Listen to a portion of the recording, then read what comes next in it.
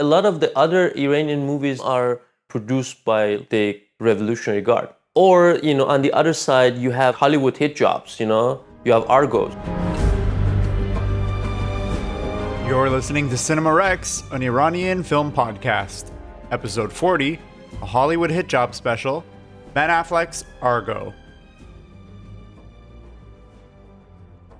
درود بر شما دوستان عزیز. This is the Cinerex podcast where we talk all things Iranian film, cinema, art, spies, CIAs, agencies. Ben Affleck, what else do we talk about, Farhan? Sci-fi's, space adventures, Orientalist music. I'm Kaveh Mohebi. And I'm Farhan Moradi. Farhan, let's dive into this Hollywood hit job. We have a guest today. Who's our guest? Tehran Van Qasri. Qasri? Qasri. You're supposed, this is an Iranian podcast? This is an Iranian podcast and you can't say the Iranian names? There's no hope. There's no hope for the Americans or the Canadians or anyone else. It's my accent. It's my Canadian accent.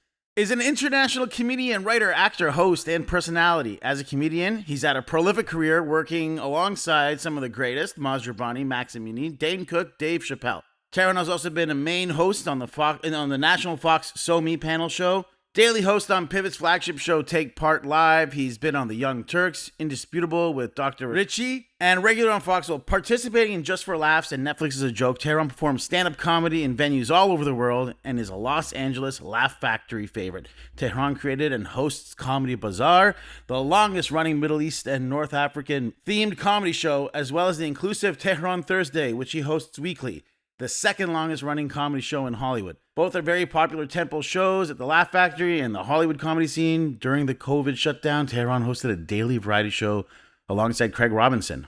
Tehran's comedy style has been compared to a unique blend between Dave Chappelle meets Maz Jobrani, who he often collaborates and tours with. Welcome to the show, Tehran. Thank you for being part of this Hollywood hit job. Well, first of all, after that intro, not only was it amazing, it was also boring. Can you plug my OnlyFans? Are we doing that here, or is that not what we're doing? Plug my Only. That's where I make money. It's Only Mans, actually. Only Mans and Only Hands. It's just hand stuff mostly. If you can find me on that, somehow recently. Okay, so whenever you do a audition or something, they always ask you to do a hand shot. I don't know why. They're like, a lot of times they're like, show us your hands. Wait, for real? Yeah. And I used to have amazing hands until recently. Some guy on the basketball court decided to scratch the shit out of my hand. And now I have a huge scar on my hand. And it really bothers me more than it should. Show us. See that scar? It just looks like, I don't know what it is. Oh man, that's a scratch. Black guys never cut their nails and they have adamantium sharp claws. And I'm like, why?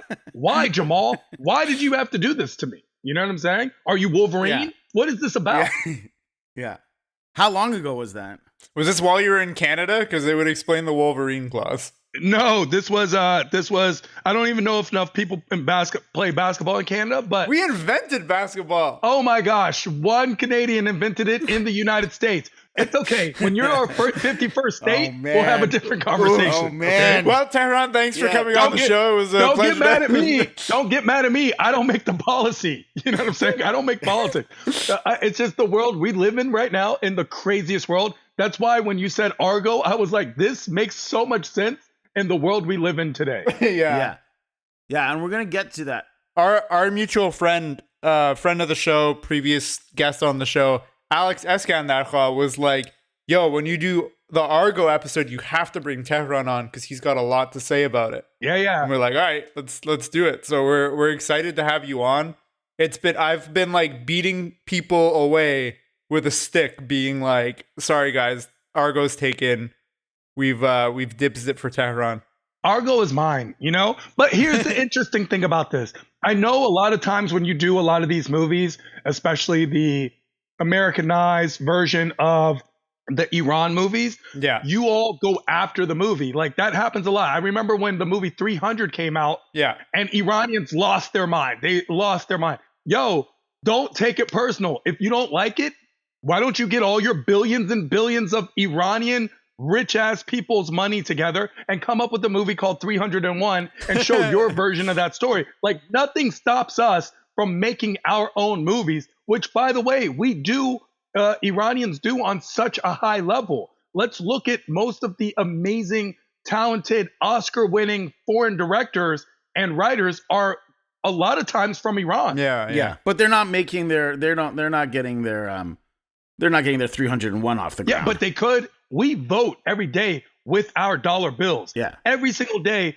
anytime you use money, you are voting. Yeah. You are advocating for or against whatever policy, anything you want. Well, social views, whatever it is. We can do that if we get together collectively and start supporting people like Alex Iskandar and everything he's doing and his art and all these other amazing creative talents. Let's look at this podcast right now. Cinema Rex is the premier Iranian movie podcast. How much money are you all getting in support from the Iranian community in order to do so? And if and for anyone that's like, well, blah, blah, blah, well, then how do you think Joe Rogan makes money? Yeah. He makes money because he gets support from the people who he supports, and he gets that funding and that sponsorship. Well, things like this deserve the same, if not more, because if nothing else, Iranians love to complain. So don't boo, vote.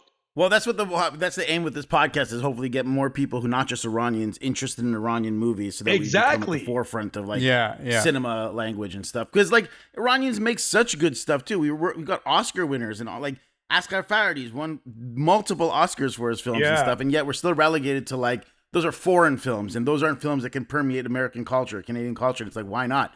You know, we have the talent. We have our generation who's now injected into North America, bringing our cultural perspectives, and hopefully, you know, we make that shift. We see that shift happen. And a lot of times, the people who are speaking for us, whether even if they are Iranian, a lot of times they're not the ones who are steeped in actual Iranian culture.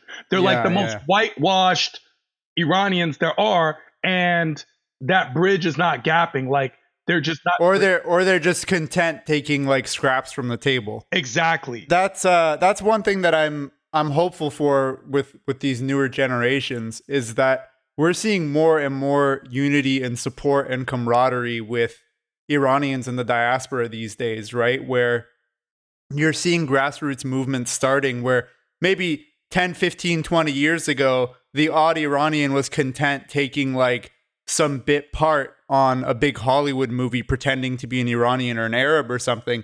But now you're starting to get these Iranian writers, directors, actors, comedians in LA and in Toronto and London who are starting to work together to be our own voices and to support each other. Well, we'll hopefully see like that community unity in our industry, right? So that's like our goal with the podcast is every 9 episodes we're featuring Iranian films made by Iranians. Every 10th episode we're doing these what we call the quote unquote Hollywood hit jobs, where they're Hollywood's version of like what is an Iranian movie. 100%. And this is why I think, first of all, this is why I wanted to come on your guys' podcast, because this was the most complicated podcast procedure I've ever had to go through in my life. Okay. So for me to be able to put up this amount of effort, be up at 7 a.m. because I'm on West Coast time and etc., it's because I want to show support to the creatives and the people who are actually doing and not just complaining or talking or reviewing. You're actually doing something about it. And it's amazing. There are people like we discussed, Alex Iskandar, who is an amazing director, writer, 100%. based in Canada. Medallion Rahimi, who is an amazing actress and director, writer, who's doing stuff right down the street here in West Hollywood. I mean, there are people who have vision, and we need to support, especially the next generation, because our experience is now the American experience or the Canadian experience or whatever it is. More people and people always go, oh, they'll turn, like, it's always so interesting to me how Iranians will turn down their own music if they see other like non-Iranians around or non-Iranians in the car. But yeah, they get embarrassed. Exactly. But listen to reggaeton all the time. Like, you know, you don't speak Spanish, right, Bobak? You know, that's not your native tongue. You're listening because, so why are we any less than that? We need to definitely be promoting the culture and doing it for the culture. So thank you, Cinema Rex, for doing this, by the way. Oh shit. It's our pleasure. And just to give you some big ups here, I remember the first time I came across your work, it was your work and Amir's work I kind of saw in the first, like within the same couple weeks, when Laugh Factory, I think, was posting some of your content. Yeah. And I was super excited because it was like It was the first time I had seen Iranian comedians that I was like, yo, these guys are actually like really cool. Like Maz I love, Omid I love. They kind of gave off, to me at least, it was that like lovable Amu energy, you know what I mean? Yeah, of course. It was starting to feel like we were legitimate, you know? Because before that, all you're seeing of Iranian representation is like Not Without My Daughter, right? Where you're seeing Alfred Molina playing this Iranian. But over the last 10, 15, 20 years, we're seeing more and more Iranians come to the forefront, like to the mainstream, which has been exciting to see. Yeah. So excited to dive into this movie with you, with Kaveh. Kaveh, do you want to jump into a quick plot summary before we dive in? After Iranian militants stormed and took over the U.S. Embassy in Tehran in November 1979, taking 56 Americans as hostages, 6 Americans managed to get away and take refuge in the home of Canadian Ambassador Ken Taylor. After 2 months of the Canadians putting their lives on the line every day, the CIA and the U.S. State Department tried to come up with a plan to get their people out. Tony Mendez is an exfiltration specialist who proposes that they pose as a Canadian film crew scouting locations for a science fiction movie called Argo. Using Hollywood connections, Mendez creates a backstory for the movie, ads and variety, casting calls, inviting the media to a production launch, and then heads off to Iran to lead the 6 American out. Argo has a 96 Rotten Tomato score and a 90% audience score. So, Tehran, I ask you, what do you think of the movie Argo? So, unlike most Iranians who hate this movie, I actually really like this movie. Like, I'm not going to be the person who makes fun of this movie just for the sake of making fun of a movie because because it felt anti-Iranian. It's so interesting to me how often Iranians want to like complain about Iran, but also never talk bad about Iran at the same time. Like there's a duality to it. And I go through it all the time. Sometimes I'll watch interviews where like someone from Iran is just bashing Iran, especially the government, but they don't use the term Islamic Republic. They'll just say Iran. Mm-hmm. And they'll make it sound like Iran is so backwards and I'm like, no, it's not. We're amazing. Like I get so mad. And then I'll be the first one at the protest, like, freedom for Iran. Like, right. So, and yet we don't like it when we see ourselves in a bad light. And I can only imagine that's what it's probably like for like, you know, Somalis when they have to watch Captain Phillips or whatever that movie was, or, you know, people from whatever country Black Hawk Down is from, right? So when you're watching these movies, there is a part of you that just wants to fight back because it's like, why is everyone you're running into from this country just a piece of shit? Yeah. You know? Yeah. Like every Iranian, like that's 100% of the cast. Yeah, it's like the bazaar. You're at the bazaar. Yeah. And you're taking a picture and the bazaar guy's like, what the are you doing? Like that doesn't happen. Like if you were doing that in Iran, the bazaar guy would be like, please get my good son. Like he would be. Yeah, that's true. You know? People don't realize, like Anthony Bourdain goes to Iran for his show. Yeah. And he says out of all the countries he's visited. Yeah. Iran was the friendliest one in the entire world. Yeah. Yeah. Of course, him going to Iran got like 20 people arrested. Probably. It became an international incident. Yeah. He committed suicide afterward, whatever. But the point was, while he was in Iran, he said it was the friendliest country in the world. Yeah. It's hospitable. It's got all the seasons. It's got amazing skiing. It's got architecture, beauty. It's got those world wondery type things that you're like, how is this even possible? Whether it's Persepolis or the towers that move and no one knows how they move and all these things. And Esfahan and of course Tehran is like a metropolitan New York on steroids. I feel like you're a little biased on the love of Tehran though. I mean, I just think Tehran is like the best city in the world and a best name and more people should be naming their kids Tehran. But that's just me, you know, that's just me. But as far as this movie goes, there are moments in the movie where as an Iranian, you watch it and you're just extremely frustrated and annoyed. Mm-hmm. But as a movie itself, the movie, by the way, very well done. I'm sorry, fellas. It is very well done. I agree with you. Like you're saying, like technically, like as a movie, you're saying definitely, it's a good movie. Look, this is Ben Affleck directing. The only movie he directed better than this was The Town, which is classic. But this was Ben Affleck's. This is a version of The Town, just in Iran. If you notice all the characters, the character arcs, everybody, there are funny moments in the movie. There are dramatic moments in the movie. There are moments where you're tense, like, what's going to happen next. Also, the fact that this is actually based on a true operation. A lot of people don't realize that this Operation Argo, this actually happened. Of course, they took a lot of literary license, but this happened almost directly the way it is.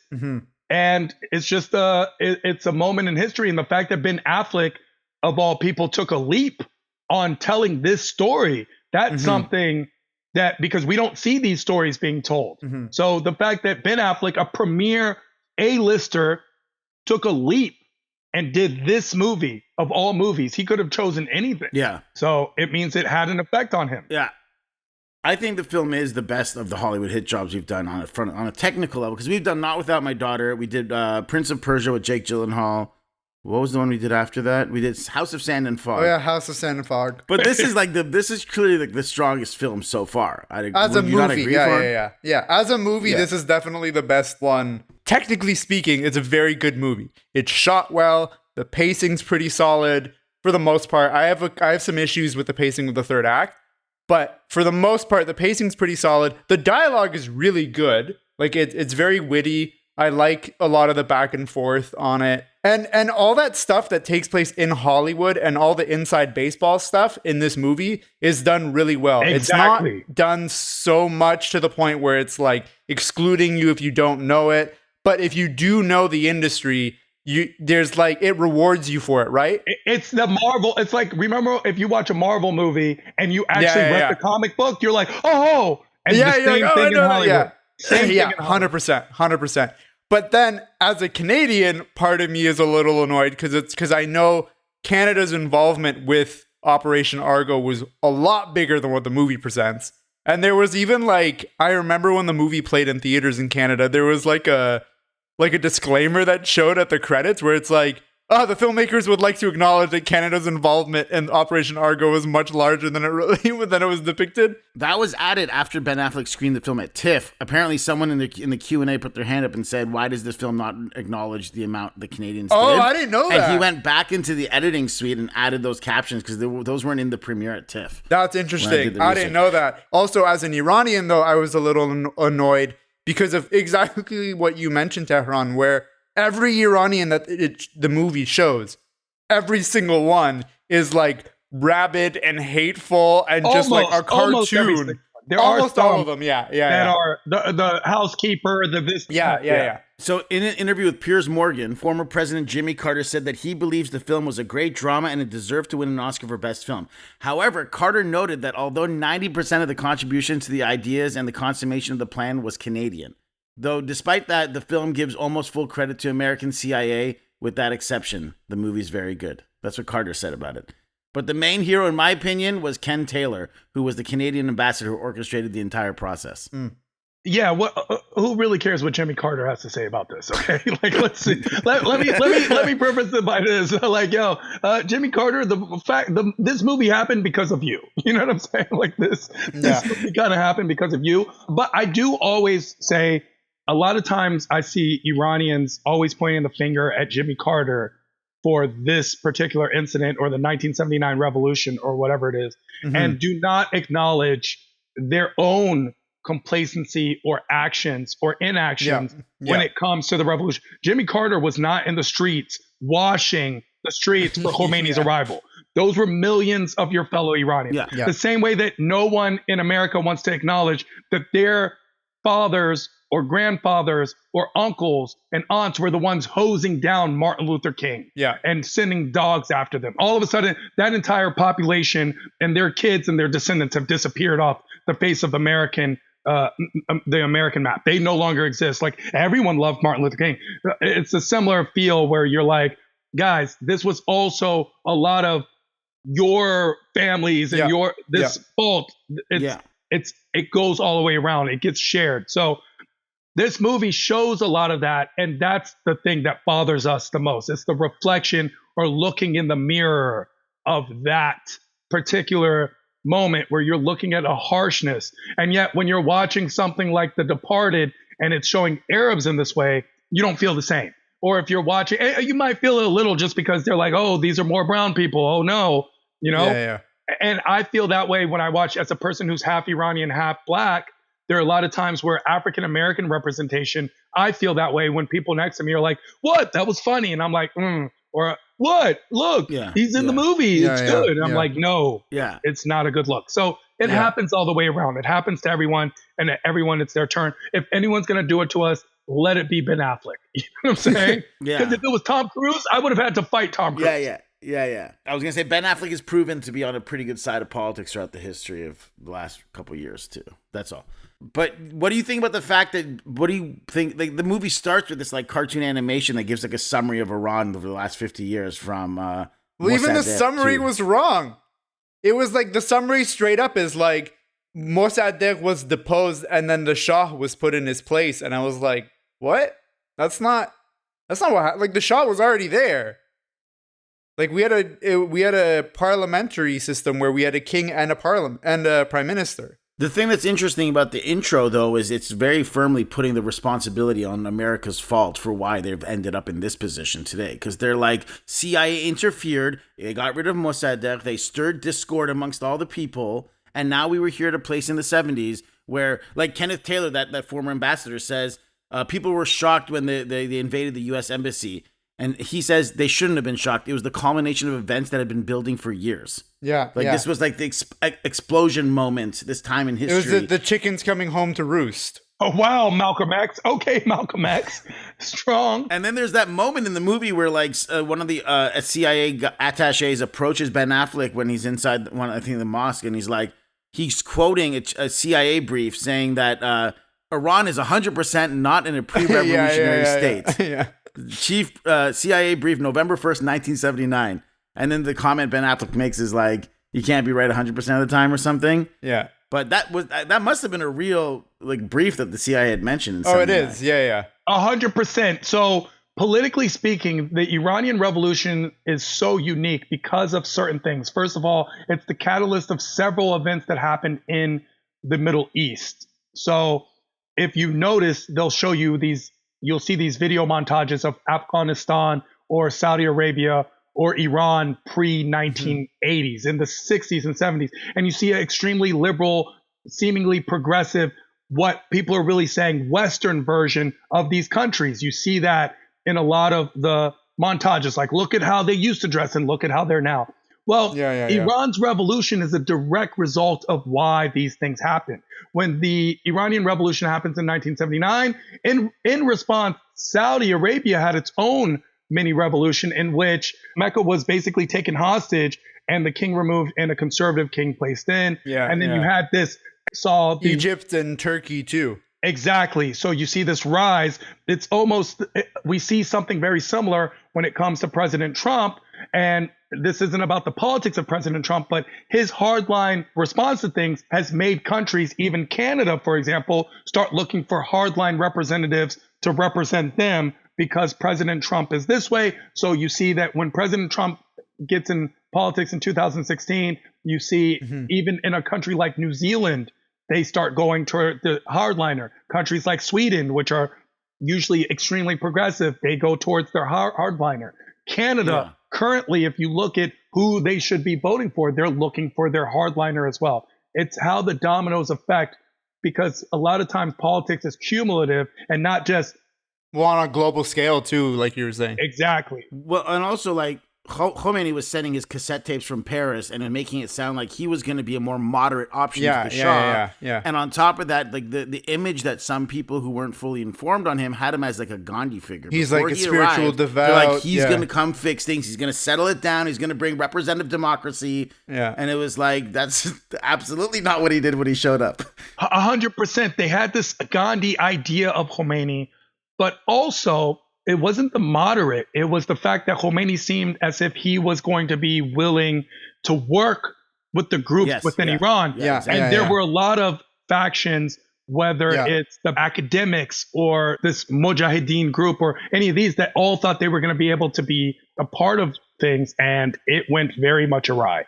Politically speaking, Iran was at its height. It was an extremely Yeah. strong, powerful country. It was the social component that caused the revolution. A lot of the people felt that they were neglected. Yeah. The Shah has this huge party in the middle of the desert that costs billions of dollars when billions of dollars was like a thing. Yeah. Now it feels like everyone's a billionaire, right? Yeah. But back then, if you said the word billion, it was the collapse, you know? And so these kind of things were then indemnified and made into a court, and it was just a perfect catalyst for a very quick revolution. Yeah. Usually revolutions take years, or there's like all these sparks. The CIA completely caught off guard. Yeah. America had a money press basically in Iran, right outside the shores in Iran, for Iran to be able to print its own American money, because it was that much of an ally and that much of a stable government within the within the region, the Middle East, and yet they were caught unaware. And the CIA briefings were big parts of it. Don't they reference that in Rush Hour? The money press? They definitely do. It comes up randomly in different movies where they bring up the money plates from Iran. Right, yeah. You know? Does this film do Iranian people justice, in your opinions? Definitely not. That scene in the bazaar was, when it's like, yo, I want to punch someone.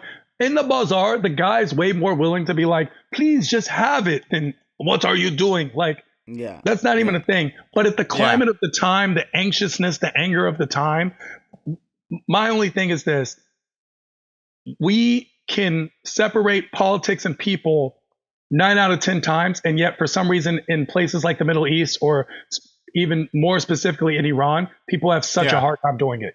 You know who wasn't like that? The people didn't just change their attitudes or change their characteristics culturally because there was a revolution going on above their heads. Yeah. The same way that in America, we didn't all of a sudden, most of us, I should say, didn't all of a sudden just hate Iraqi people during the Post Iraq 9/11 war. and Like we didn't just like people, and there are people who get, but they were like that before. So it's not like the average person changed their mindset. They were like that before, and it's intensified. Well, in this case, why would the person all of a sudden not be kind, total type human being? Why would that change all of a sudden? Yeah. People didn't forget their manners just because, or like their cultures just because this was going on. Exactly. Argo doesn't do itself a service by avoiding like a lot of the characters on the side could have been real characters. There's Sheila Van plays that the housekeeper who at the end has to flee. You know, she's standing up to the security guards at the gate. We don't get anything about her. She ends up being at like the Iraqi border at the end of the movie. There's like the woman who's like making demands on a microphone, the people protesting like the show. All these people on the side are just kind of seen as like set dressing for like an angry, frustrated crowd of people. And they're not given its which is, I think that's the kind of stuff that makes me feel like it's a shame. It's like, we're just kind of like the opening scenes you see are not real footage. Ben Affleck gave them all 8mm cameras. When they're riding against the fences, that was all like not archival footage. That was stuff they shot to recreate the scene. I thought that was archival. It wasn't. They recreate none of it was. I was like, how did they get such like good, like high quality? Okay, that's interesting. Yeah, and like, you know, it kind of makes it look like a zombie horde coming at you at the opening scene. There's like hundreds of thousands of Iranian men screaming at the walls. Exactly. I know some of that is recreating the stuff that was going on, but that's the first image you're getting of Iranians in this movie. Ravenous animals. But then again, you know what? Sometimes I watch this, and because I don't want to just have my Iran blood boil, I also go, you know what? I didn't expect January 6th to happen in the United States, and it did. Yeah, that's fair. That's fair. And so there's a lot of times mob rule, mob mentality, group think, you know, even the idea that humans are great as long as you get to know them one-on-one. It's the groups that you're the most scared of. Yeah. When they get in groups, anything is possible. They are ferocious and vicious and savage. What I think was a missed opportunity for the film, and I think that they sort of tried to address it in the edit later, was that in the States, especially in like Texas, there was mobs of Americans who were circling Iranian students or brown students and beating the shit out of them too. So I feel like there was an opportunity there to really dive into the two sides of that and to show the similarity of how, like, yeah, it doesn't matter if you're in Iran or if you're in the States, like a mob mentality will get to that point. And the movie, to its credit, tried to do it a little bit. It when showed it it for a fraction of a second.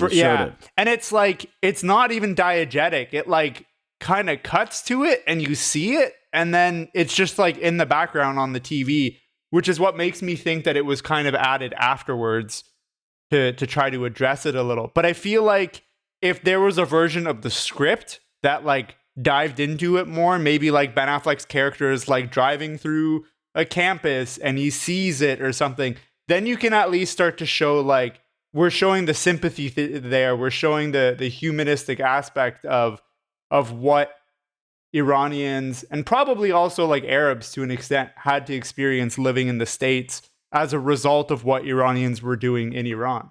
I'm sure there are parts that had to get cut. I agree with you completely. And I love the idea of there being a scene where on the way, especially because this took place a lot of it took place, the parts in Iran I'm watching and I'm like, wow. But I grew up in Washington, D.C., like in those suburbs, in the city. I grew up there. So a lot of it took place like when they're at Dulles Airport. I was just at Dulles Airport yesterday. Mm-hmm. Like I was literally just there. Did they actually shoot it in D.C.? It was shot in McLean and D.C. Yeah. So that is cool. Dulles Airport. That is in Fairfax County. It is Dulles Airport. The rumor on Dulles Airport is that it was designed by an Iranian architect. That's the thing. I'm watching it like, wow, I've been there.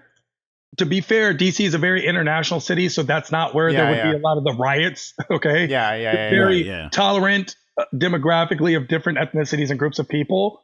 However, I would love that scene, like you said, of driving to the headquarters and you see them doing it too, Yeah. Or like protests or something, 100%. But just to let the Iranians know who love saying that Dulles Airport was designed by an Iranian, the guy was from Finland. I just want them to know that. That is just to let you know. But the bricklayer was Iranian. Yeah. I mean, if Iranians could take like credit, they were like Abraham Lincoln. Like Ibrahim Ebi. We would call him Ebi. He had the beard. Yeah. Like Tom Cruise. There was for the longest time, James Cameron's Wikipedia page said that his mom was Iranian. And he was half Iranian, and his mom's name was Shahnaz Cameron and all this stuff. I'll tell you someone who is Iranian. If you ever watched a movie, these are Iranian directors. If you ever watched the movie Menace to Society, have you ever heard of that? Yeah, of course. Menace to Society is a classic movie directed by the Hughes brothers. They are instrumental in Black cinema, and then more importantly, Black cinema, and then also just cinema as a whole. They are Black and Persian, my friends. No way. Are they really? Black and Persian. Yes, they are Black and Persian. Their mother is Persian Armenian and is Bars Kahai. Wow. From Iran, speak Farsi fluently and the whole nine. And they are Black and Persian. So that's dope. That's awesome. That we can take credit for. Sick. Yeah. I will say, though, to give this film credit, I thought from a writing standpoint, it had like one of the best use of exposition lines I'd seen in a long time. Oh, when it's Ben Affleck's sitting there and he shows up and he's like, "Aren't you supposed to be up in the country?" And he's like, "She needed more time to think." And it's like, "Well, what did you tell the kid?" And he's like, "He's smart. He knows." And I was like, damn, man, that is like an expedited way to just talk about a divorce. Oh, yeah, it immediately establishes, Yeah, he's like a divorced father who's not spending time with his wife and has got a kid who's like old enough to know. I'm like, that is smart. That felt like natural dialogue. So to what you're saying, Tehran, like it was like well written, well performed. There are scenes like it's well written, it's well shot. Yeah, it's a well made movie. It's just some of the sociopolitical shit was kind of like. I will say it absolutely, to me at least, it felt like the first half of the movie, for everything that it did so well and like efficiently with the writing, I felt like was missing in the second half of the movie. Especially the third act, it was like they knew that they didn't have drama, so they're like, all right, chase scene at the airport, cars on the tarmac, they're chasing after the plane. And I was like, at that point, it was like, all right, solid movie, like building tension, all this is great. And then in the last like 20 minutes, it was just like jumping the shark completely for me. Yeah. They do keep referring to Iran as a 6th century shithole, too, a few times. A few characters keep calling it that early on. Do you remember that? And those characters were the ones I was hoping get killed. I'm going to be very real. Like, those are the ones Yeah. where it's like, I really don't need that guy. Yeah. Now, I mean, there are parts of the movie. Okay, this is part of the hostage crisis. Obviously, by the way, something famous a lot of people don't realize is the Iranians let all the black military members and staff go home because they basically said your country treats you worse than we do. Okay? They basically, let me just point that out. But we have CIA operatives. That list was instrumental. It wasn't just a list of American operatives. It was CIA operatives and their correspondents throughout the world. And that's why that list was extremely important. Mm-hmm. The list being the one that they're piecing together when they stormed the embassy. The idea that this fake movie that's based on a movie that actually was supposed to come out. I feel bad for that guy because that movie could never get made, you know? Right. Yeah, imagine being the writer and then all of a sudden it's like, God, my movie's going to get made. Hey, your script's not getting made. Yeah, like, we lied. CIA bought it. He got paid for it at least. He got paid for it. I know, but you want your movies to get made, you know? So yeah. He has this movie. It doesn't come out. They fake the movie, and that's how they, under the guise of a fake movie, they basically get these American operatives out of Iran under the guise of Canadian actors and movie staff. Yeah. Now, let me tell you an anecdote. So on set, this is a thing that happened. There was the scene where they're chasing and they're storming the embassy and they're going after people. So originally they had things like baseball bats, okay? And they were chasing people with baseball bats. And on the scene, on the set, one of our friends like Amir K or one of those guys basically said, hey, or maybe Omid Singh, someone who was basically like, hey, why would they have baseball bats in Iran? Yeah. It's an American game. Yeah. Like 100%. no one would have baseball bats. Yeah. And then people were like, and they changed that entire scene based on someone pointing that out. Everyone pelted soccer balls at them. They just threw things. See, and these are the things that the movie got called out for at one point when they were making it. They were like, you don't have any Iranian key creatives involved in this movie, and the movie's entirely set in Iran. And they were like, oh, well, we had Iranian consultants. But even when you go through the credits, there isn't like official cultural consultants even on the film. It's like what you said. It was probably like an extra. I don't know. Some extra was like, yo, psst, heads up. There wouldn't be baseball bats. A lot of times in movies, a lot of times that happens. But something that I do think is interesting, I know you all are like movie aficionados. So I do this where I watch the credits of movies looking for Iranian last names. Oh, me too. Yeah, totally. Yeah. I always do that. And that's when you realize how important representation is because, 100%. and I bet you so many people do that and we never talk about it, where literally I'll just watch and I'll see like Asgharian. Oh, he's got to be Iranian, you know? I'll see a name and I'll get just a little excited. Like my joy level will go up. When I got into the industry, I never thought I could actually become a director specifically because I wasn't seeing these Iranian names. You know what I mean? Now, if Albert and Alan took their mom's name, you never know. Maybe I would have had a little more confidence. You would add, but that's what I'm saying. It like makes you like, oh, really? Like it just representation is that important. Okay. 100%. All right. As an Iranian, I've hijacked this enough. Please continue. No. This is good. The studio was titled Studio 6 because there were 6 hostages. Yes. That's cool. The initial plan in real life was to have it be a group of Canadian filmmakers making a sympathetic documentary about the Iranian Revolution. But the Americans decided to throw money into it and make it like pre-production and make it the fake movie that they ended up doing. Because they were like, no, that's like the very American versus Canadian way. Like the Canadian people were like, well, why don't we make operating it like a on a budget? Iranian? Yeah. And then the American side was like, no, we'll throw money. We'll make a pre-production. We'll have like sketches done. We'll have drawings done and actually make it an outer space sci-fi epic. So like that's why the plan changed. That's funny. I didn't know that. In reality, Tony Mendez was only in Tehran for a day and a half. Whoa. In the real thing. He was there wild. for he was there for 2 days. Yeah, he was there in for and 2 out. days. Yeah. That's wild. Yeah. After Argo was released, Iran hired a radical lawyer in France to pursue a lawsuit against the film, claiming that the film was designed to pave the way for U.S. military operations against Iran by garnering anger against Tehran for the embassy hostage crisis. The attorney filed a claim saying Ben Affleck was guilty of war crimes for this possibility. The case was heard in a French court by a judge who heard this presentation and then immediately dismissed the suit as groundless. But they tried to go after Ben Affleck and sue him, I guess, for war crimes. Yeah. One little BTS factoid. The movie depicts children like putting together the shredded documents in like sweatshops, which isn't actually what happened. What actually happened was the students took those piles and took them to rug weavers, and they were like, hey, you guys are like good with your hands with like weaving things. Can you help us put this together? And they did it. And some of them, because their kids worked with them in the rug shops, the kids helped their parents do it. But the movie kind of like took this thing of like kids doing this thing, exploded it, made it more dramatic, turned it into this thing of like sweatshops. By the way, they weren't supposed to be sweatshops. They're classrooms. They took them to school, like local schools. Like they went to local schools too. That was the whole That's thing. funny. They went to local schools and were like, hey, you guys like puzzles? Play this puzzle. So. A lot of the confidential material seized in the storming of the American embassy can now be seen in a museum in Tehran. So it's just there. There's a display of like, here's what we stole. They've been published in a book too that you can buy. Awesome. Like almost like a coffee table book. The Argo team got Jack Kirby to do the storyboarding. Oh, no way. We saw the actual storyboards. And Jack Kirby is famous for doing the Incredible Hulk, Iron Man, Captain America, Avengers, Fantastic Four, X-Men. He created the storyboards for this fake movie. And now a lot of the actual storyboards they created for Argo is owned by Jim Lee, who's now a comic book artist of today's era. And he owns them because they were done by Jack Kirby, having no idea at the time they were related to the Argo and the real hostage crisis. That's so funny. Oh, real quick, I just want to make sure that people understand.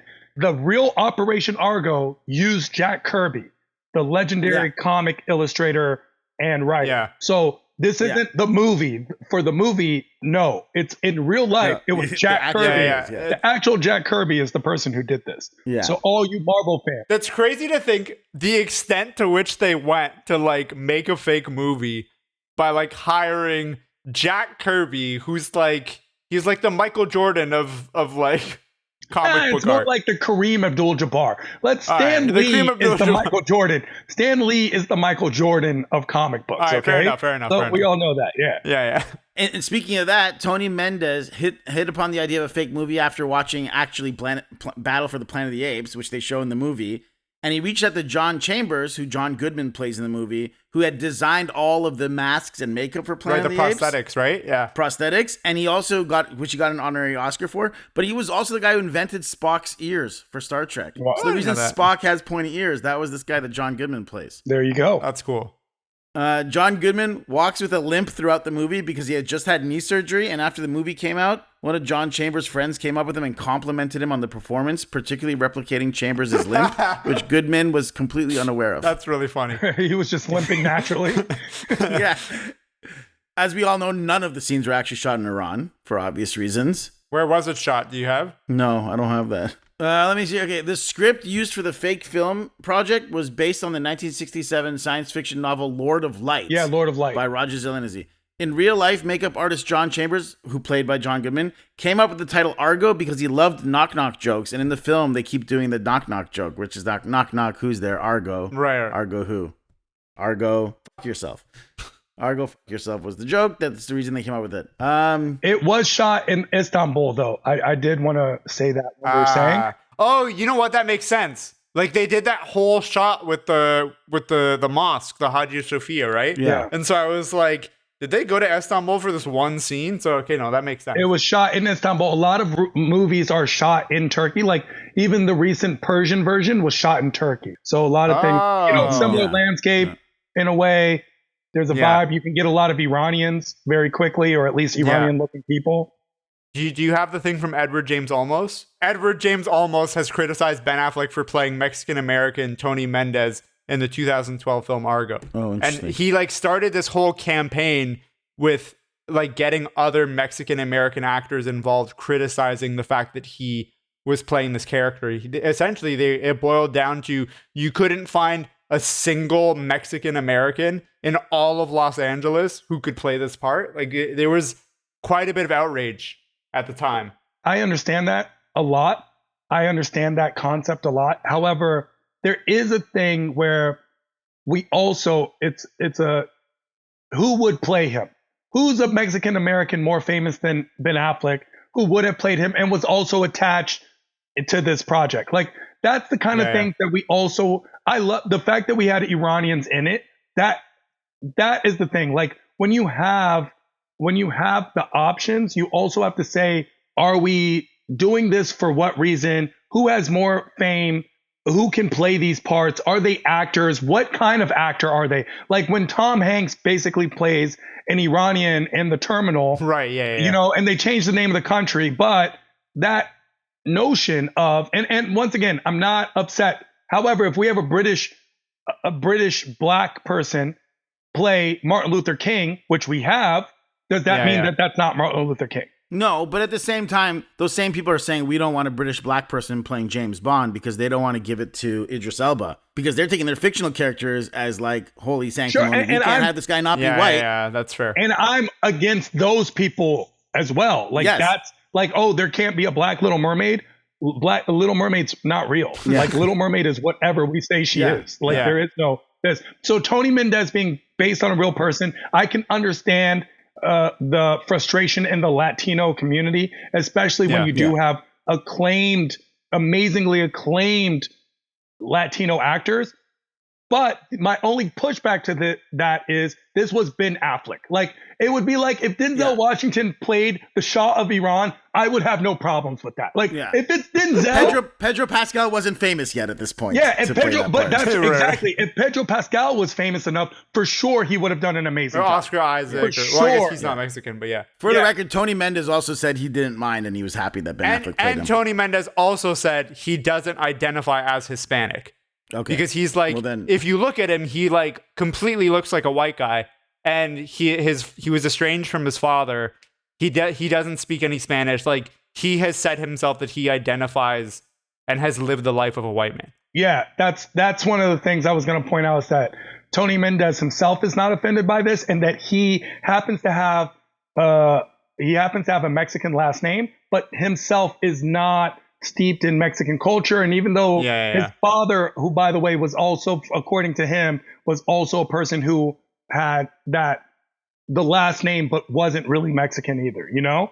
Right. So like, he could have been Spaniard for all we know. Like, he could have been European. No, it happens a lot. It happens a lot, especially in California, where you have someone whose last name is Rodriguez, and you look at them and it's this blonde-haired, blue-eyed kid, and it's like his great-great-great-grandfather was Mexican, and you know, and then that lineage of the father, who is very diluted, still has the last name, but not much of the culture, heritage, or even genetic ethnicity. Yeah. I will say, I am typically the type of person to get really pissed off if you get, like, especially with these, like, quote unquote racialized parts. If they're being played by white people, I will get pretty pissed off. 100%. In this case specifically, I'm giving this a pass. We're all like, the guy. It's Ben Affleck. Like, if Matt Damon had played him, well, we could have had a conversation. Even then, I would have been like, "What is Matt Damon?" But it's Ben Affleck, and basically, we were claiming Ben Affleck. Everyone's claimed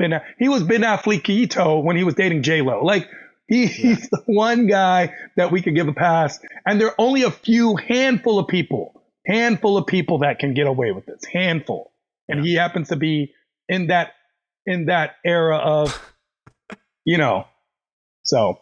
I also mentioned a few of the other actors playing Iranians is Fouad Haji, who's of Moroccan descent, Yuri Sardarov, who's Armenian, and there's some actors that are Georgian descent. So, like, all these other, like, proliferary, a lot of them playing, like, the Islamic Guards, a lot of the extras. Yeah. Any kind of small speaking role, most of them are played, like, by Moroccans and Turkish. Yeah, but to be fair, a lot of the guards in Iran are played by a lot of other people, too. Arabs. Hezbollah and a lot of a lot of these Basijis are also imported in. So I'm more mad about that. Omid Abtahi, he's Iranian, right? Omid is, yes. Yeah, he's Iranian, and then what's her name? You mentioned her. Sheila Band. She's Iranian as well.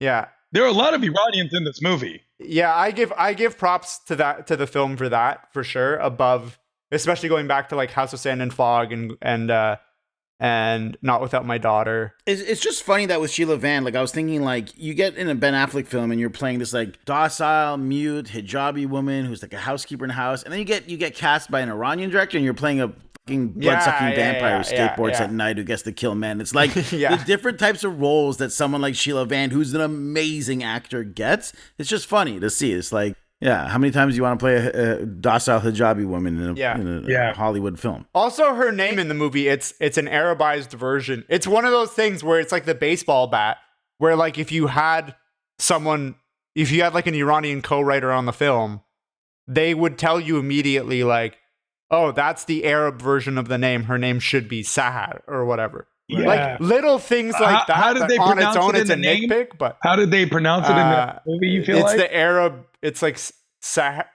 with like an E. It's Sahar or something or Sahara. Yeah, something like that. It was Sahar. like Sehar. Sahar. Yeah, Sahar, something like that. Sahar.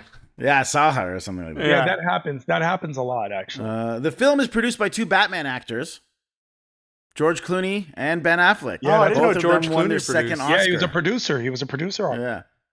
The dramatic flight from the airport with a last-minute chase by the Revolutionary Guard is entirely fictional. In reality, the diplomats showed up for their flight with booked tickets and had no trouble boarding their plane, as the flight was at 5:30 a.m., where no Revolutionary Guards were on duty. Even they were not zealous enough for that cause to get up early enough in the morning to get to the airport. So they actually just got on the plane. And Sure, but it's a movie. Let's also remember it is. I'm just. These are just behind the scenes and trivia. I will say this. One of the last things I'm going to mention is there's a film that came out the next year called Our Man in Tehran. Have you heard of it, Tehran? Yes, I have. It's really, really good. Is it about you? Yeah, it's about I'm you. always bad. Yeah. No, none of these movies, not only are they not about me, but they don't even put me in their movies. I feel like any movie, the TV show Like Tehran, excellent any of them cross need promotion. that. Like, how am I not in that movie? Yeah. You know, I mean, Lolita, any of these Tehran, anything that uses the word Tehran, I should hire that lawyer that Iran used in France and sue all of these people. Sue them for war crimes for not putting you in the movie. Though, if it was about you, I think Our Man in Tehran would almost sound like a little bit like a gay porn or something. If there's someone inside of you, Our Man in Tehran is... Get him out of there. That is actually the name of my porn. So. But it's a documentary that came out the very next year. It played at TIFF, made by Canadians and Americans, and it covers this exact same event. Actually, interviewing those 6 guys and talking about the plan. And just got to mention that our man Ken Taylor, he got screwed over in the movie. Man, he was like genuinely instrumental in doing all that, and he was played by that side actor, the guy with the gray hair with the glasses. What I wrote. The guy from Alias. Yeah, he was like the main orchestrator of this whole thing that everyone acknowledges. I mean, whatever his name is. Big shout out, by the way, to all the Iranian actors, Omid Abtahi, Houshang Tozi, Bobby Naderi. There's a lot of Iranian actors who've done their thing. Sheila Vand, of course, but it's not easy. Let's be real. It's not like we see, especially at that time. This is 2012, so the movie shot like 2 years before that. It goes into production. Like, you don't see a lot of Iranian actors in the mainstream. You don't see a lot of Iranian actors to begin with because our parents want us all to be doctors and lawyers and engineers. Yeah. So big shout out to them for paving the way for a new generation of degenerates to either make it or become homeless. So thank you to all of you. For sure, 100%. To that point, too, it's interesting going through these different Hollywood hit job movies because it's like, with each movie, as it becomes more and more recent, you're seeing the progress that's being made for Iranian representation with each movie. Do you know what I mean? Exactly. Like with Not Without My Daughter, there's like very, very, very few Iranians, and the ones who are there, they're like reduced to such like cartoon villains. You know what I mean? Then you get like House of Sand and Fog. And yeah, maybe the Ben Kingsley character is not an Iranian, like the actor, but then like Shohreh's in it, the son character. And so with each of these movies, you're getting more and more. And then you're starting to get like, maybe they're not hiring like Iranian writers on the film or even Iranian key creatives, but they're starting to take input from like the extras or whatever it is, it's right? A start. Like, everything has stepping stones. And the fact that we are now also, and by the way, big shout out to Iranians because in the world, Iranians had on the low have had a huge impact for what isn't that big a group of people. Yeah. Like, I think people forget the reason why a lot of Iranian things don't get made is because, basically the only country that really speaks Farsi is Iran. You have maybe Afghanistan with Daudi and all that stuff, but who else is speaking Farsi? Like, who else is so interested in? Yeah. We have done a lot from Westwood is the only other country. Exactly. And Toronto, Tehran. We have gone from making Tupac music videos to being Michael Jackson's personal photographer, Prince's personal photographer, an Iranian. You have a lot of Iranians who have made a creative impact for Freddie Mercury, if you want to boil the geographical line. we love doing that because he made it, but we have people, the Vampire Weekend guy is an Iranian. Oh, I didn't know. Like we have so many people who are Iran, whether it's producers, whether it's, Yara Shahidi, Black Iranian, like the Black and Iranian, who's killing it, by the way. She has her own production company and studio now, and they're like making tons of stuff going into development. That's what I'm saying. So like you have a lot of impact from this group of people. And a lot of people don't even realize that the reason we call Toronto the Six is because of Argo. Six Productions. Where do you think that came from? Right, Six. I'm going to cut this part of the podcast, but Tehran, do you know that you and I have worked together? Where did we do this? And don't even cut it. Oh yeah. I wrote and I co-directed, but I wasn't on set for the Stephen King Sherlock Holmes thing with Muz. That was mine. That was amazing. I just didn't show up on set because COVID was happening, and I got my brother-in-law to co-direct it. But like I wrote the script. I got the rights from Stephen King. Wow. I was like, I want Maz, I want Tara, Grammy, Nazainur, like you. And that was like my thing that I did with Ali. First of all, big shout out to Ali. And you don't even need to cut this part out. Like, this is real, It's just keep a it all. tangent that's unrelated. But that idea of, first of all, I thought it was brilliant. If you don't know what he's talking about, he adapted a Stephen King. What's it called? The Doctor's Case was the original book. We called it The Last King, and it's the world's first Iranian adaptation of Stephen King that's ever existed. Yeah, and honestly, you guys have worked really hard. It came out looking fantastic. Okay, yeah, that's really good. DP, I was music. in it, and I was like, and then I saw the movie. I was like, wait, when did this happen? What? Where? No, but it was great, and you have a lot of great participants. Yeah, very cool. It was a very cool experience, very cool movie. Yeah, finished product is really good. It's really good. So this is what I'm saying. So hey, everybody, instead of complaining, you want to solve the problem? Support him. Yeah. In his endeavors. Support Kaveh. Us, all of us. Support him for what that was an amazing step. Because we all love taking credits for the achievements, but not being there as part of how to get to the achievement to begin with. Yeah. Put your money where your mouth is. Yeah. Support, sponsor, show up, show love. Don't just talk about it, be about it. Stop telling your friends the same way that you will go and be like, oh, you have to go watch Transformers 6 or you got to go watch Mission Impossible 17 and Fast and Furious 28. Go tell them and support these creatives that are right in your own backyard that are supporting you and telling your stories that you can relate to and through. Go support them. Shall we move to critical reactions where we talk about how the film was received? Jump in with your thoughts. It's got a pretty good Rotten Tomatoes rating, right? Great. 96% Rotten Tomatoes by the critics. 90%. 96 by 96 on Rotten Tomatoes? Yeah, and 90. Let me just double check. I feel like Godfather 2 is a 95. How is this a 96? Yeah. Okay, guys. When I said it was good, I didn't mean it was 96% good. Yeah, exactly. Yeah. Well, and that's why Roger Ebert picked it for the best film of the year, in his opinion. Wow. And it was the last film he chose to honor it before his death. He died a year later. So it's the last best film of the year he gave out. Damn, Argo killed Roger Ebert. Yeah, this is the conspiracy. The conspiracy is like Michael Jackson died because of the Green Movement, the revolution in Iran, and they had to kill him, so we weren't paying attention. All these conspiracies. As soon as Roger Ebert gave one Iranian movie a thumbs up, they gave him the thumbs down. The regime killed Ebert. Those Iranian doctors that were keeping him alive. They're like, we're not going to win this lawsuit, but we're going to take Ebert down. Exactly. This film won a lot of Academy Awards. It won for Best Picture of the Year. Alan Arkin was nominated for Best Supporting Actor, Best Writing Adaptation Screenplay for Chris Terrio, Best Achievement in Editing it won. Oh, sorry, Arkin won These were all wins. Sorry. Best Supporting Actor, it won Best Adapted Screenplay, it won Best Editing, which also, especially in that last little bit, you can see it's good editing with attention. Then nominated for Best Score, Sound Mixing, and Sound Editing. Okay, I have two things to say about that. Go. One, in terms of the best editing, I think that this movie, on the one hand, does like an incredible job with the way that it paces scenes and moments in the film. Like, there's tons of these montages and these beats that are crafted so well throughout the film.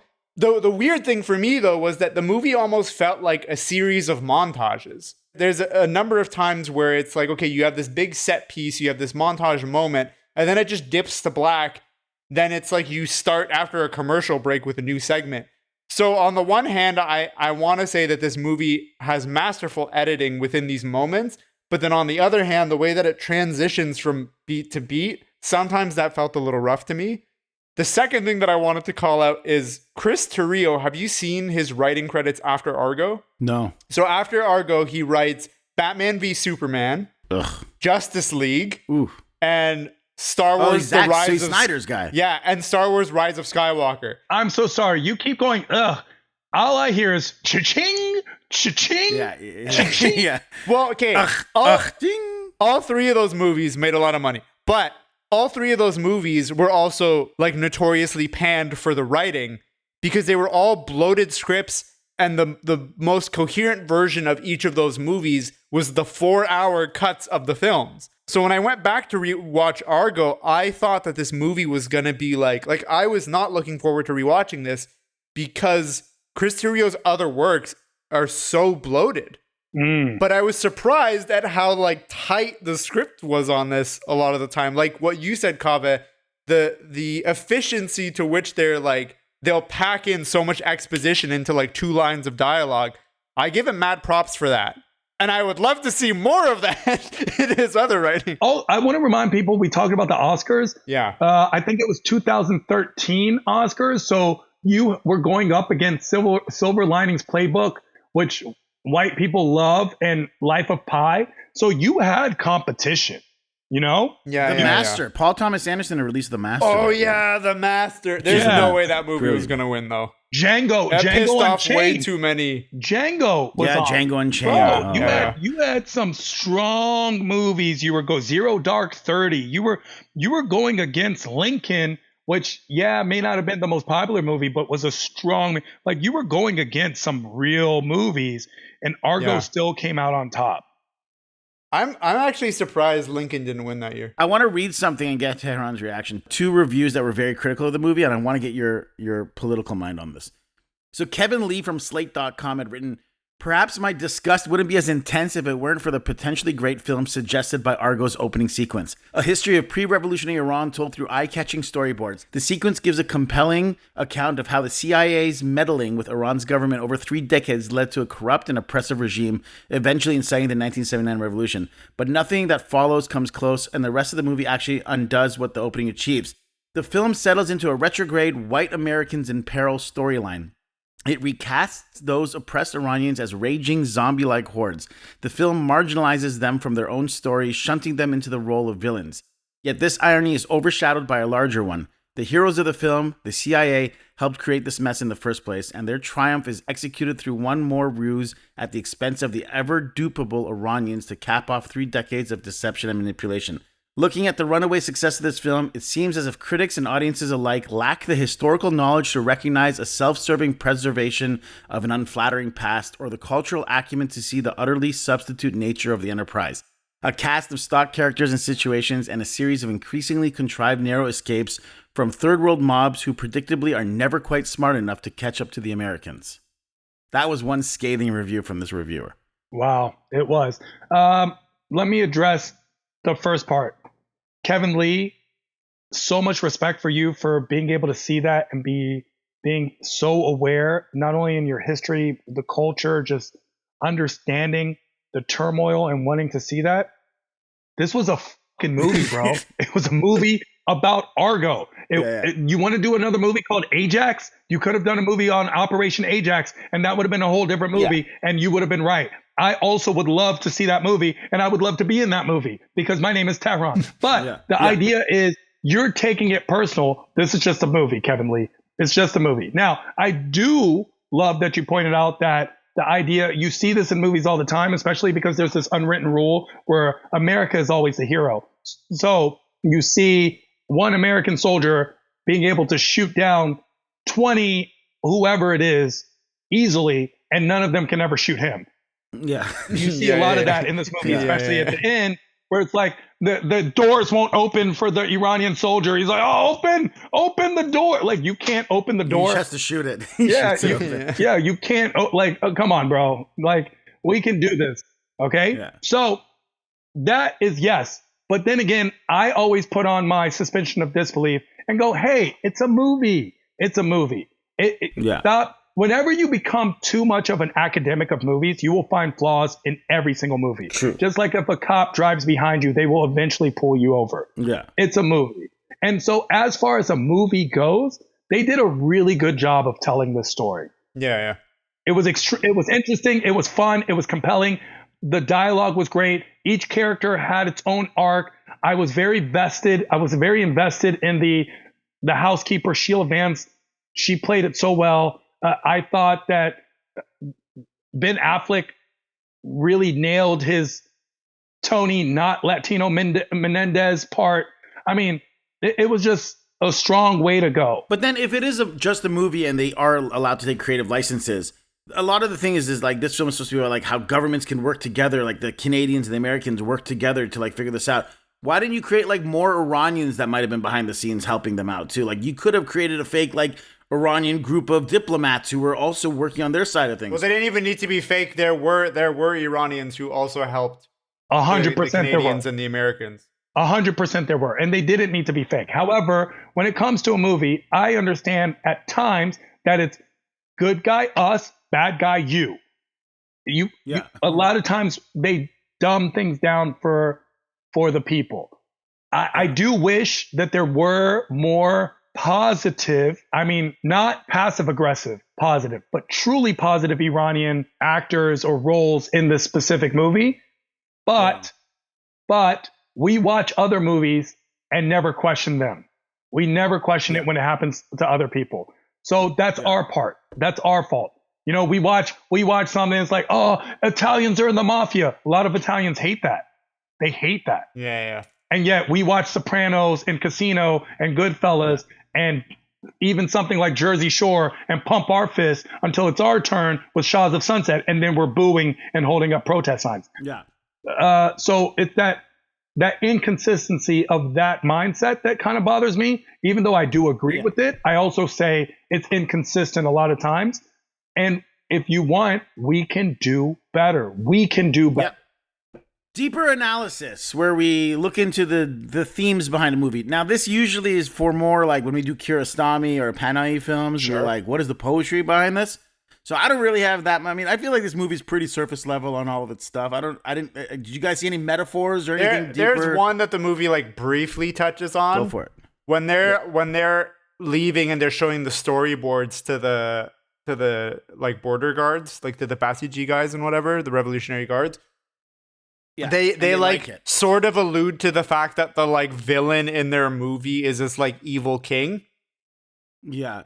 And the Basiji guy is like kind of into it because he's like, oh yeah, like the Shah, he's evil. Like, I feel like that is a very obvious, it's meant to be an obvious parallel to like this guy's disdain for the Shah and all this stuff. I feel like there was an opportunity to maybe like play that up a little bit, which the movie doesn't. Yeah. And just that other thing of like earlier on in the movie when it shows the way that crowds of people in Texas were going after these Iranian students was meant to kind of parallel how crowds of these protesters were going after the American hostages. Yeah. But again, it's one of those things that like, and this might be because we just did like 40 other movies where there was a lot more substance to the poetry, where we could have maybe explored it a little. But again, Hollywood, like action, political thriller type movie, they didn't want to dive into it too much.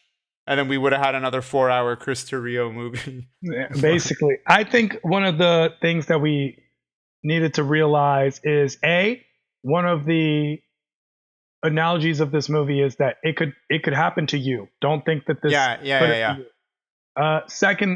Second one, and I'm not talking about the hostage, about the collapse, the quick collapse because of mob rule, mob think, group think. January 6th, yeah. And a lot of other examples. Number one. Number two is the idea that everyone, even people caught up in a revolution, are still caught up in Hollywood magic.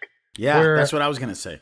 The idea of movies were so magical that even in a revolution, they were like, "You're going to shoot a film here? Oh, can I be in it?" Like that idea is something that transcends so much that, you know, that idea of the lure of the lights and cameras is one that the power of cinema. It's just a real thing. It's a the real amount of doors that opens for you if you like go into a place and you're like, hey, I'm a filmmaker. I'm like curious to learn. We're like, oh, right this way. They're like letting you. They're like give you a tour of a especially space. At that time. Especially during that time, there was actual magic. Now, of course, because of the social media, things have changed because social media sometimes rewards mediocrity.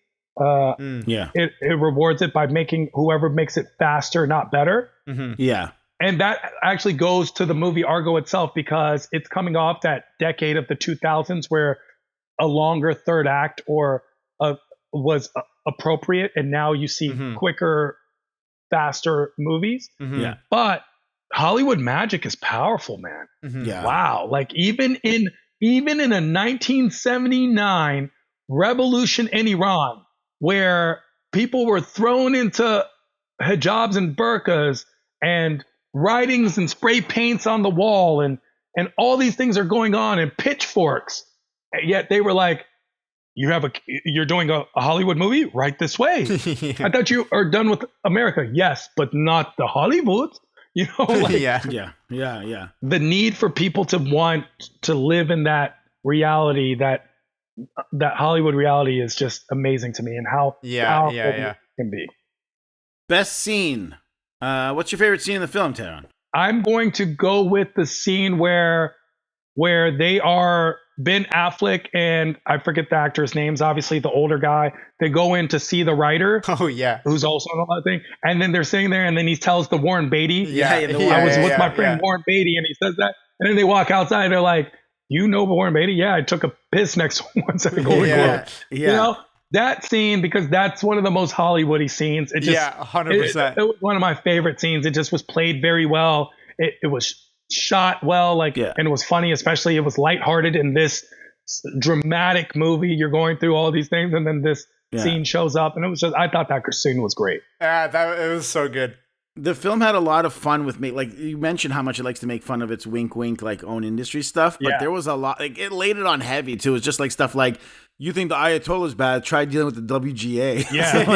Exactly. Those things were like, very... you know that you got to live in LA or be an insider to laugh at that joke, but there was a lot of it. There's like another one, he goes like, you think you could teach these guys to direct? It's like, you could train a monkey to direct. And then it like cuts to a shot of Ben Affleck, which I think is an inside joke too, because it's like Ben Affleck has directed this film. It was very funny. But there's one similarly, there's one where they're like, we need a producer. He's like, well, make me a producer. No, you're an associate producer at best. I was like, The little things like that, especially inside. It makes it very fun. It gives it its own flavor with that kind of things, with those kind of things, like you expressed, especially if you know the little ins and outs and tidbits. I'll just say I had the same scene as Tehran. I had like, anytime there was film scenes talk, like those were my favorite scenes. So I had the same. Nice. Yeah.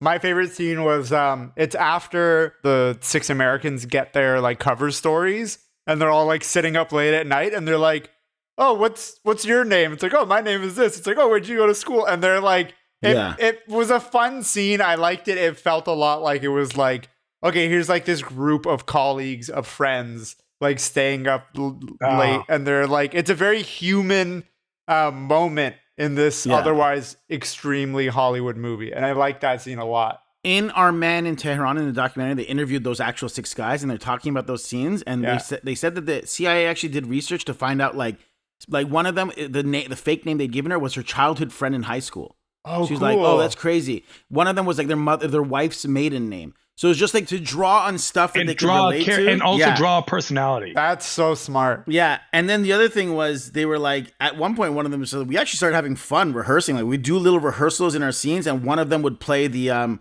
Islamic Guard. Right. Like one of the 6 guys, they'd take turns rehearsing, and like the guy would put on like an Iranian accent to try. Like he tries to do it in the documentary. He's like, I put on my best Iranian accent, and I said, Where are you from? Where are you from? He's like doing it again. But they apparently at times had fun doing it, even though they were scared shitless. It was like a weird moment. That's cool. The power of cinema. Yeah, see, that's why I was like, oh, there's a very human moment. I love that scene for that. Strong. Good scene. Okay, damn, that's poetry, where we take some of our favorite quote, or take a favorite quote from the film. Do you guys have a moment or a line? I drew 2, so I'll go last just in case one of these is one of yours. Mine is going to be when Ben Affleck picks up the phone and is like to Walter White. Yeah. Like, I don't know his name Bryan in the movie. Cranston. Bryan Cranston. O'Donnell. Somebody's responsible. When things happen, Jack, I'm responsible. I'm taking him through. And he's like, yeah, I do this. And he hangs up, you know? Yeah. I like that. It was a Batman moment. Yeah. The one I'll say that I liked the most was when they talk about the Karl Marx quote, which was, history repeats itself, first as a tragedy, second as a farce, which is very relevant to right now, what we're seeing. Yeah. But also in the movie, it's funny because Alan Arkin gets it wrong. History starts out as farce and ends up as tragedy. Quote's the other way around. Who said it? Marx. Groucho said that? Referring to the famous Groucho Marx. right. So that scene was my favorite. Okay, so one of mine, it's when that old exec and John Goodman's character are like sitting down and flipping through scripts. And the one guy, John Goodman's character, is like, How about the horses of Achilles? No good. Nobody does westerns anymore. It's ancient Troy. If it's got horses in it, it's a western. It doesn't matter. It's a fake movie. If I'm doing a fake movie, it's going to be a fake hit. I was like, yes. Yeah, that's a good line. It's a good turn. My other one is, There are only bad options. It's about finding the best one. You don't have a better bad idea than this? This is the best bad idea we have, sir. By far. I was like, nice. Festival of Cons, where we can talk about things that were nitpicks or hot takes or stuff that aged poorly. I mean, usually in these Hollywood hit jobs, we've covered a lot of that stuff. I do have one more thing I wanted to ask our political scientist here, Mr. Tehran Jun. Yo. But we'll wait for. Do you guys have any other nitpicks that we haven't talked about? Shit that pissed you off about this movie? Stuff you want to drudge We up? nitpicked the shit out of this movie, by the way. We nitpicked the shit. Yeah. I've got two last ones that I didn't mention. Okay, go. One of them was the music that was used throughout the movie was just like very obviously super Orientalist music. Yeah, they always pick that music. It was man. like a bunch of times there was like Arab music, and the music is just very much like it's that Arabian Nights, like doom ticka doom doom doom doom doom. Like there's a no, lot but it's of also that. like it's like that like woman singing like Yeah. Yeah, there's a lot of that. like, yeah. Okay, and then the other one, this is a very, very specific nitpick. There's a scene in the movie when Ben Affleck is like talking to this guy who's, I guess, like a cultural advisor with the government. And the guy is like, 40% of movie theaters in Iran were showing pornography up until this point. And I understand the That's a line in the movie? yeah. And I missed that. And I understand the intention behind that line is to show like, oh, these are hardliners and they were like very anti-film and whatever. But the reality was this was actually like, if you were to set this movie in like Saudi Arabia or something, you would probably get that. Iran's film scene was like acclaimed, like even for these revolutionaries, like these revolutionaries loved the works of like, they like loved The Cow. They loved The Deer. They loved all these other movies. So it was like the one thing that would probably have happened is they probably would have been like, oh yeah, right this way, rolling out the red carpet, which later on in the movie, they're absolutely doing that, which is like what Tehran talked about, this thing of like, they love movies. And the second you're like, oh, we're making a movie, they're like, right this way. So that one character saying that, it just like rubbed me the wrong way. But again, absolute nitpick. You take that line out of the movie, and I think that the movie would immediately gain a couple points from me. Do you have anything, Tehran? You said you nitpicked the shit out of this. Why did none of these 6 quote unquote diplomats, CIA operatives, why didn't any of them, I don't know, shave their mustache, color their fucking hair? Why didn't they Yeah, just, like try to look a change little your different. Yeah. Yo, that one chick didn't even take her glasses off. Bitch, you couldn't take your glasses off. She did switch her hair from like a side part to a mid part. That was the one thing I noticed. No one else did anything. You're right. They could have done so much. Like, you could have done so much. Wear a job. You know what I'm saying? You could have done so much to get out. Good point. I guess this is the angle I want to take with you guys. You guys are both politically minded people. So I want to know this because in the research of this, I kept going down and it talks about this in Our Man in Tehran too. The fact that like Carter's role in this he gets a lot of slack. Yeah. But a lot of people who are apologists of Carter say that like, okay, I'm quoting from a book called Guests of Ayatollah. It says that the painstaking chronicles of the hostage negotiation release is that the Iranian regime hated Carter because he was in the office at the time of the 1979 revolution. Carter became fixed in the Iranian public imagination as the personification of the great Satan himself. So this writer, Mark Bowden writes, Iran had timed the release to deprive him of the final satisfaction of announcing the negotiation's success. And that Carter, even after losing the election, worked on the negotiation all the way up until January 19th, 1981. Carter had worked on all the negotiation, and Reagan came in and took all the credit because it was released on day one of Reagan's presidency. A guy named Gary Sick, who was Carter's chief aide during the Iran crisis, wrote a book called The October Surprise that Reagan's campaign manager, William Casey, had reached out to the Iranians and asked them to delay releasing the hostages until after the November elections. And I just feel like that, not that this film has to touch on any of that, but that, I mean, these are the main play. I mean, it's just like an interesting, like, that, like, well, yeah, I guess too, if you want to talk about the fact that during the time of this movie, you technically have Reagan being like, do not release the rest of these, because these 6 guys got out, but there's like 440 other dudes that weren't released. Yeah. Right? Yeah. So, like, what are your thoughts on that part of the whole backstory of this taking place where you have one presidential elector who's just saying, like, don't release the hostages. No, you just wait until I get in power. I want to say 2 things and then I'm going to flip it over to Tehran. The first thing is the movie is absolutely, like it goes easy on Carter for a lot of things. Leading up to the revolution, Carter and his administration were super wishy-washy on who they were backing during the revolution. Where at first they were like, hey, Shah, like, don't crack down so hard on people. Then they would loosen their grip on people. It would lead to like a boom of further protests. And they'd be like, actually, you should crack down way harder. And the Shah allegedly, like the Shah claims that he didn't. But then a bunch of his generals kind of went off and did their own thing and did crack down, which that added to this notion of like the Shah being this ruthless dictator, all this stuff. Then the Carter administration reaches out to Khomeini in Paris and they're like, hey, what if we back you, all this stuff. Then they reach out to Mossadegh's successor and they're like, oh, we'll make you in charge. And then that guy backed Khomeini. So they're like, the amount of wishy-washy, like hedging their bets that the Carter administration did, in the end, it just made him look like an idiot and all the power consolidated under Khomeini anyway. And the other thing that happened is this thing of what you're talking about, where Reagan came in before he even got elected and put a note out to Khomeini. And it was specifically because of the hostage situation, where these students went in, took over the embassy. Khomeini apparently was originally pissed because he was, at that point, he was allied with Carter. So he's pissed. He's like, what the hell? Let these people go. Until Khomeini's advisors are like, actually, it's good for morale. Get the students to hold them. So he tells them to hold them. Then Reagan's team reaches out to him and they're like, hey, tell you what, if you hang on to those hostages for us and Reagan gets elected, Reagan will give you like proper deals and stuff when he's in power. And Khomeini's team responds, you know what, we'll do you one better. We'll hold them until your inauguration.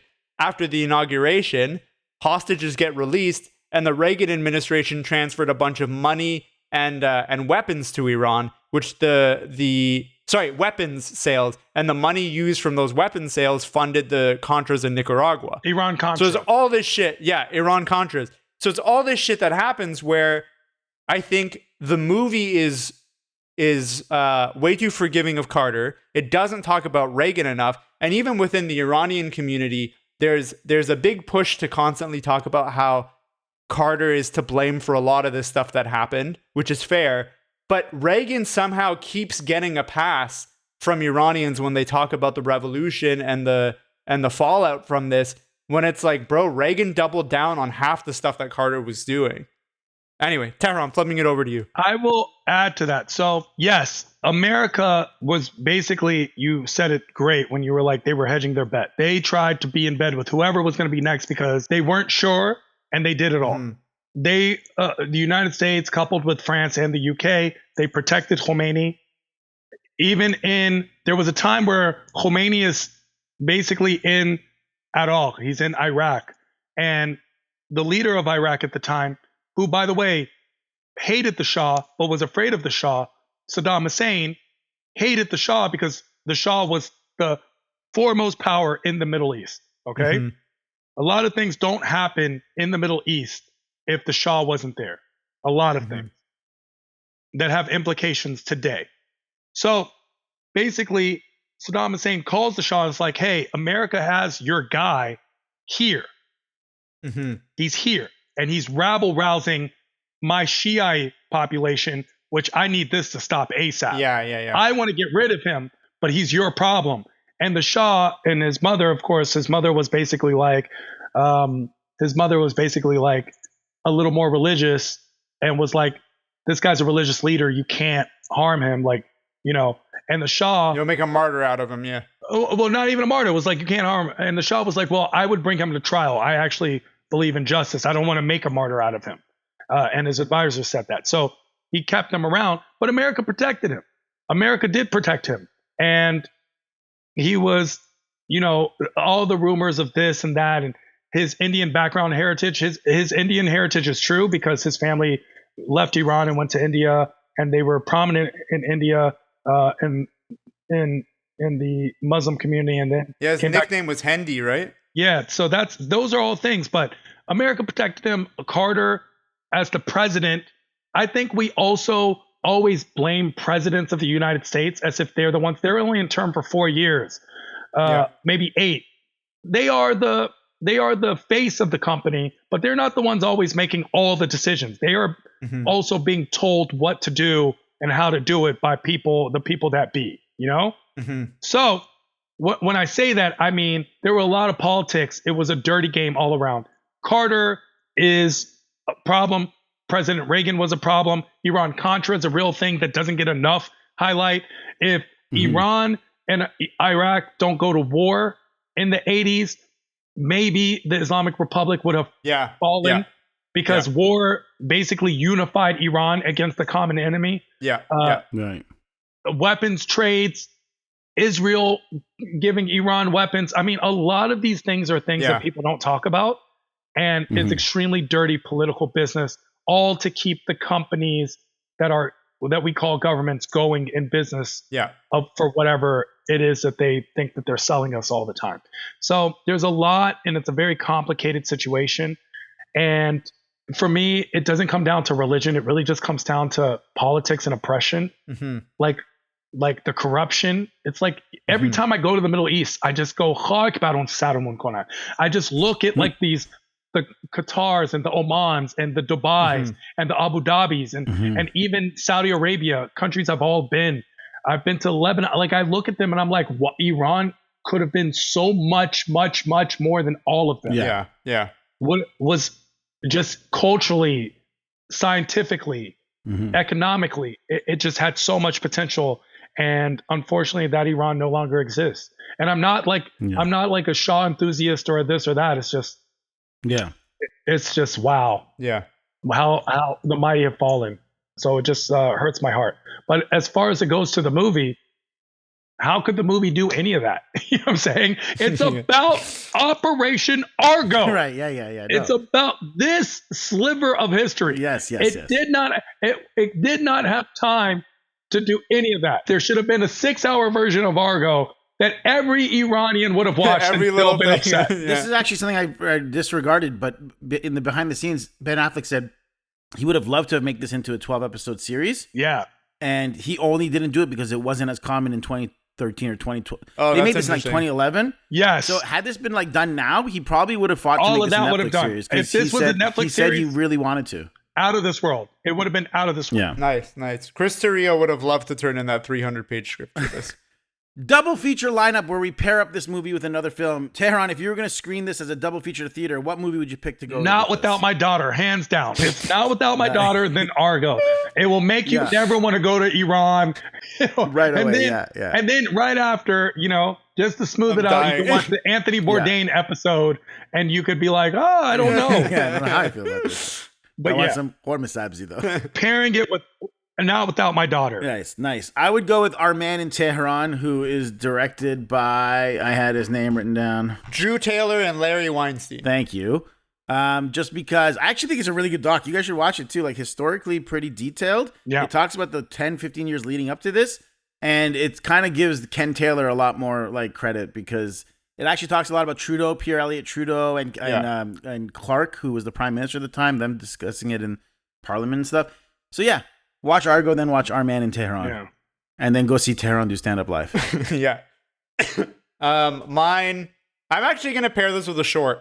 But it's a long short, so I feel like I can get away with it. I would pair this with Motherland because I think Motherland does a really good job at addressing the American the Iranian American perspective of this. Like what was going on with the Iranians in the United States at this time as well, So I feel like you watch those two movies together, you have a nice conversation. I think that's a solid night.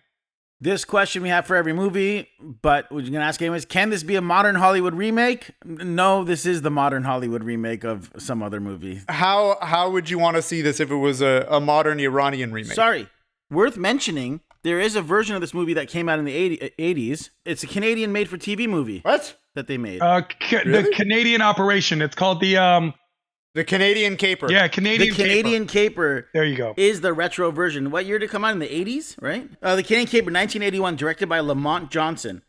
A made-for-TV movie on this. I haven't seen it. Couldn't find it. Couldn't get a hold of it. But maybe that's the retro. That's the modern Hollywood remake. The reverse, yeah. This is the modern Hollywood remake of that. So I guess no's all around, right? I guess 2025 make a series. I'd entertain a 6 episode. Now that the Netflix series came out, I would love to watch a Pedro Pascal Narcos type Argo Netflix series. Yeah. Nargos. Yeah. Nargis. I do it. I'm like, sometimes I'll see have you ever seen like one of those guys? They're like a car dealery Persian guy. He's got the gold pinky ring and everything. I don't know if he's Narcos or Harcos. I would say that. Nice. Like you don't know which one he is. Yeah. For all the mamans and babas listening, we apologize for the profanity. Right. Yeah, I never apologize. It is what it is. You're grown-ups. You'll be fine. Favorite performance? How did I forget that? Damn. Who's your favorite actor in the film, Tehran? I'm going to go with John Goodman. Same. Yeah, John Goodman's a good one. I'm going to give it to Alan Arkin. Alan Arkin, who plays the super Jewish executive producer. He's amazing. I mean, didn't he win something for it, though? Best supporting I think he won for it. That's why I didn't pick him. Obviously, he was the best one. I like that's like saying Ben Affleck. Like, clearly, you can't pick the two, the two best ones. We could go with Bryan Cranston. My favorite actor in the whole movie was the ticketing agent for Swiss Air at the end. I think she's brilliant. I think she did an amazing job. Her name is Tahmina Sunny. I think she has an amazing name. I don't know. I think I remember her from stuff. She has an Iranian name, Tahmina. Yeah, her porn name is Beth. I love her, and I wish the best for her in every way. Tahmina, your award from Tehran is in the mail.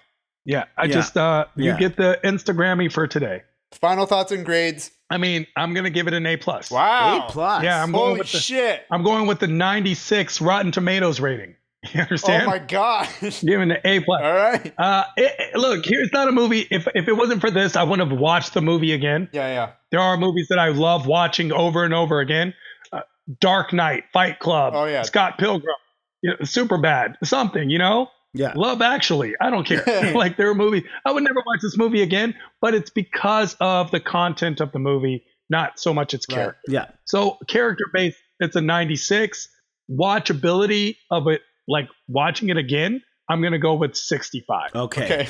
Yeah. Do you want to average it out somewhere, or you're your official as a grade movie, A+? As a movie, it's a 96. Okay. Am I gonna watch it again on my day off? That's not really gonna happen. Yeah. Okay. Well, I am going to give it a B minus minus, which on our scale, it ends up being roughly like a 70% in like a school grade. And I think for me, it's like I definitely have a bias here as a Canadian and as an Iranian.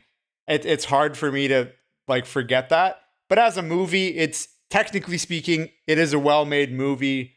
I really like the inside baseball aspect of it, like all the film industry inside jokes and references to things. So for me, the movie kind of averages out at about a B minus minus. I give it the same. B minus minus for me, for all the reasons you said. Which means our Cinema Rex average score for Argo is a B plus. Apologists might argue that Argo is the best we can hope for in depicting this chapter of history, but in reality, the film is less about history than about our culture appetite for triumphant Hollywood endings. It presents itself as a story of how a fabricated movie saved lives, a celebration of cinema's redemptive power. Yet, because it centers on a fake film, it isn't truly about filmmaking, it's about the power of Hollywood myth-making. Instead of an authentic filmmaker at its core, we get Alan Arkin's wisecracking producer, a caricature of industry cynicism offering up platitudes on how to generate hype and manufacture significance. Lessons that Argo's own marketing team no doubt took to heart. His observations may ring true about the inner workings of Hollywood, but they underscore the film's own self-satisfaction and its ability to spin the spectacle into reality. But we are not naive, as Tehran has pointed out. We recognize that a film told from an Iranian perspective and one that challenges the dominant Western narrative would never find favor or success with mainstream audiences. And when we understand that expecting Hollywood to produce a film about Iran as unflinching and uncompromising as, say, Jafar Panahi's This Is Not a Film that grapples with the very essence of artistic censorship and resistance, would be an exercise in futility. Notably, This Is Not a Film is also a film about making of a film, and was released in 2012, the same year as Argo. And yet it remains a far more honest and revealing portrait of Iranian reality. If one is truly interested in the real story behind the Iranian hostage crisis and the rescue of 6 American diplomats, my suggestion, Our Man in Tehran, is a film to seek out. Unlike Argo, it does not distort history for dramatic convenience or indulge in simplistic heroism, which again is okay, but instead it presents the full complexity of the events, the geopolitical stakes, the Canadian involvement, and even the near failure of the mission due to bureaucratic oversights. Because in the end, the truth is not just stranger than fiction, it is more ethical, more illuminating, and ultimately far more compelling. Thank you, Tehran, for joining us on the Cinema Rex podcast. We really, truly appreciate your insight, your comedy. Thank you, Tehran. Tell us, where can people find you in April? Where can people find you? April, May. Find me touring all over the country and the world. I'll be in different cities, so make sure to check my Instagram to see if I'm in a city near you. And you can always find me anywhere on social media at I am Tehran, IAMTEHRAN. If you don't know how to spell Tehran, just watch Fox News. They literally talk about me every day. Yeah. Literally say the word Tehran every single day. Thank you, Farhan June, for participating so eloquently. Thank you, Kaveh. You know how I feel about you. Unfortunately. And to all of our listeners, thank you for tuning in, and be omid didar. Bye. And like, follow, subscribe, comment, all the things. Music for Cinema Rex was written and performed by Sohail Sadinejad.